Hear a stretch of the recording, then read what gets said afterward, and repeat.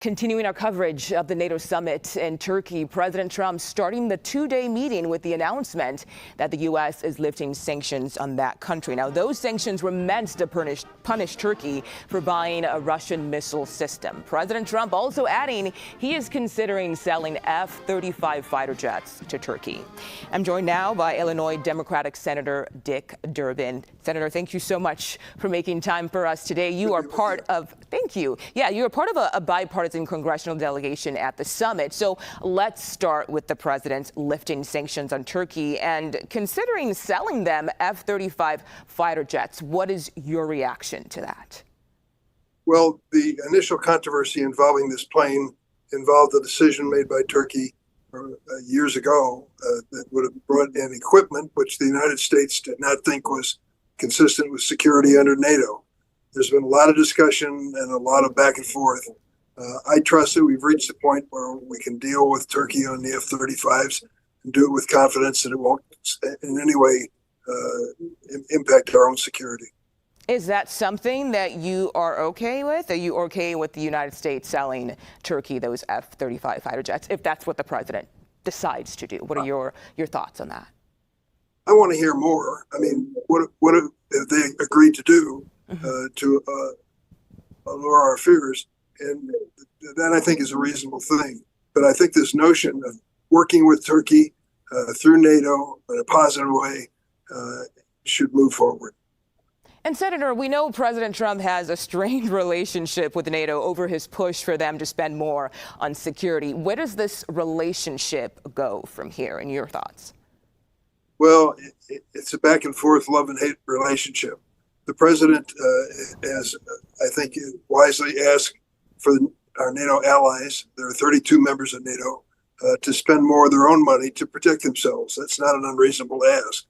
But there have been things that have happened during his second presidency, which raised the question of our commitment to the future of NATO. I believe in it. That's why I'm here.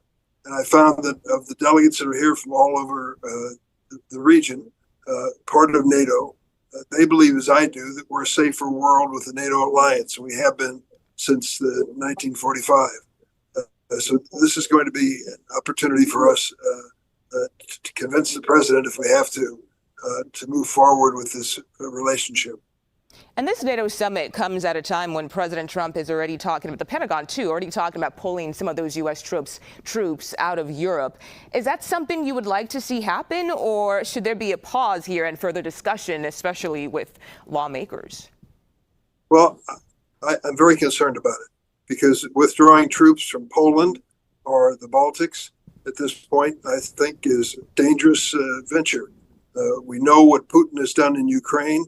If he feels he can take out a NATO nation, he's likely to include one of them that I just mentioned. And I certainly don't want to see that happen. What we need to do is to make sure that we do this thoughtfully. And that means a dialogue between the Trump administration and Congress. That's not such a radical idea. That's what used to be the commonplace approach in America. It's unusual with this president, and it shouldn't be. We ought to have this dialogue. Senator, what would you ultimately like to see come out of this two-day summit in Turkey?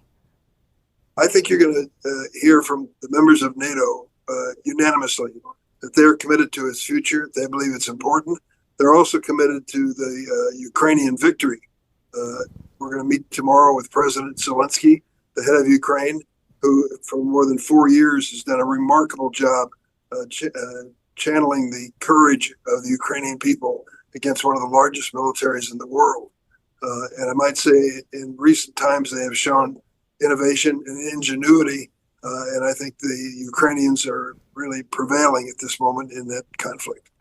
And Senator, while we have you here, I want to ask you about what's going on here at home in the U.S. and in the Maine Senate race. You know, there's a new allegation against Graham Plattner. Your thoughts on that, and how does the Democratic Party move forward? Listen, I've never met the man. I've never spoken to him. I don't know much about it other than what I've read in the media, but I'll tell you this. It's reached a tipping point. As far as I'm concerned, his viability as a candidate has been questioned at the highest levels of our party leadership. I think that speaks for itself. Okay. Illinois Senator Dick Durbin, thank you so much for joining us on CBS News 24/7 today. We appreciate your time.